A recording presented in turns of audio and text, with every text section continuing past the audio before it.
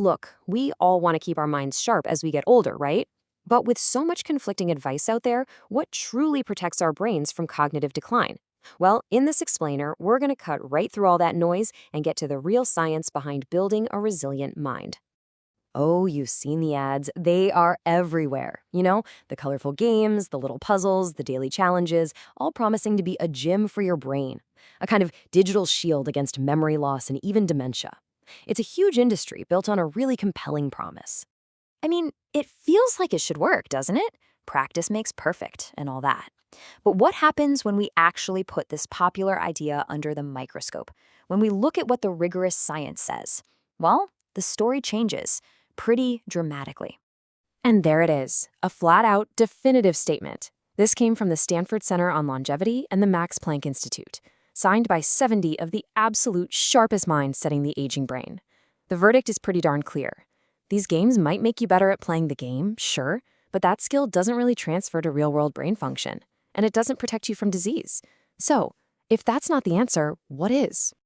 Okay, so first up, we're going to tackle what we'll call the brain health illusion.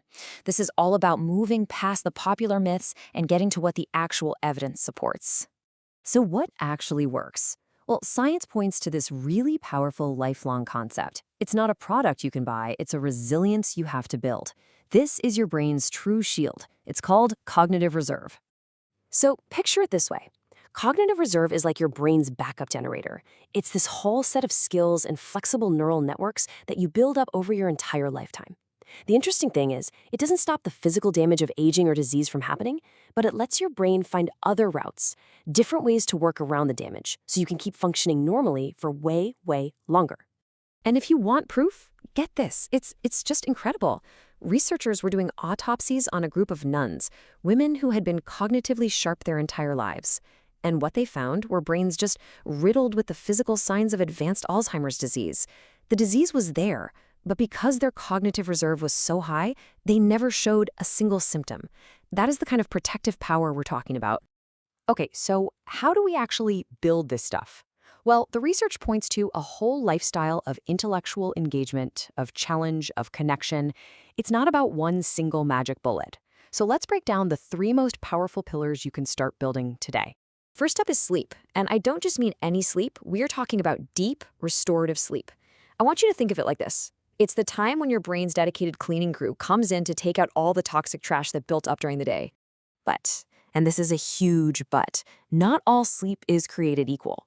The sleep you get from a lot of common sleep aids, it isn't the same thing. It's really closer to a state of sedation. And as you can see here, while you might be unconscious, these drugs can actually block the deep, slow-wave sleep stages, which is where all that vital brain cleaning and memory consolidation happens.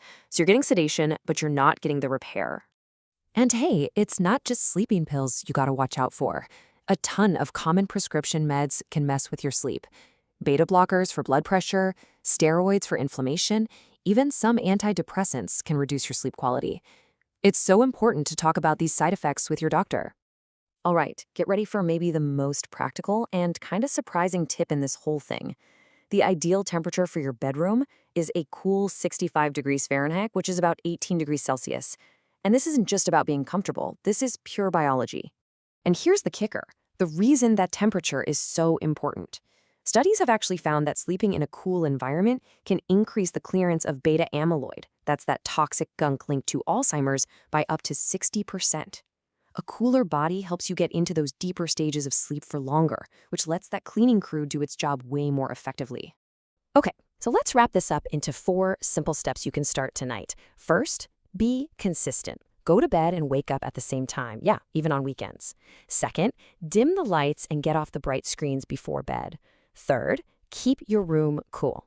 And fourth, get some bright natural sunlight first thing in the morning. That really helps anchor your body's clock for the whole day. All right, our next pillar is active engagement. And I gotta stress that word active. You've heard use it or lose it, and it's true, but it's a little more specific than that. Your brain doesn't grow from doing easy, familiar things. It grows from tackling stuff that is genuinely difficult for you. Just take learning a new language, for example. It is hard. It forces your brain to build entirely new pathways. But look at the payoff. On average, Bilingual seniors develop dementia 4.5 years later than their peers who only speak one language. I mean, come on, that is a more powerful effect than any drug on the market right now. So the real trick here is knowing the difference between a real challenge and just busy work. If you're already an expert at crosswords, doing another one just kind of reinforces the old pathways. But learning to play the guitar or taking up woodworking, that forces your brain to create brand new ones. And scrolling through social media, well, that's pretty much the opposite of engagement. And hey, a quick word about multitasking, because we all do it.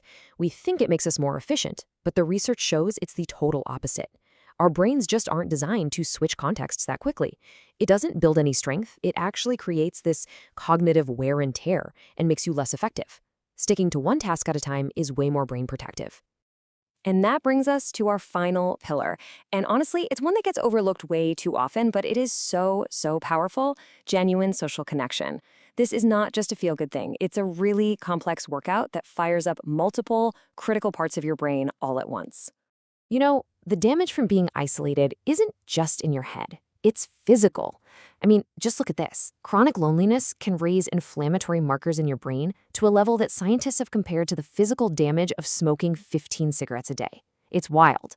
But connection does the opposite. It reduces inflammation and it fires up all the systems we need for good cognitive health. And the numbers on this are they're huge.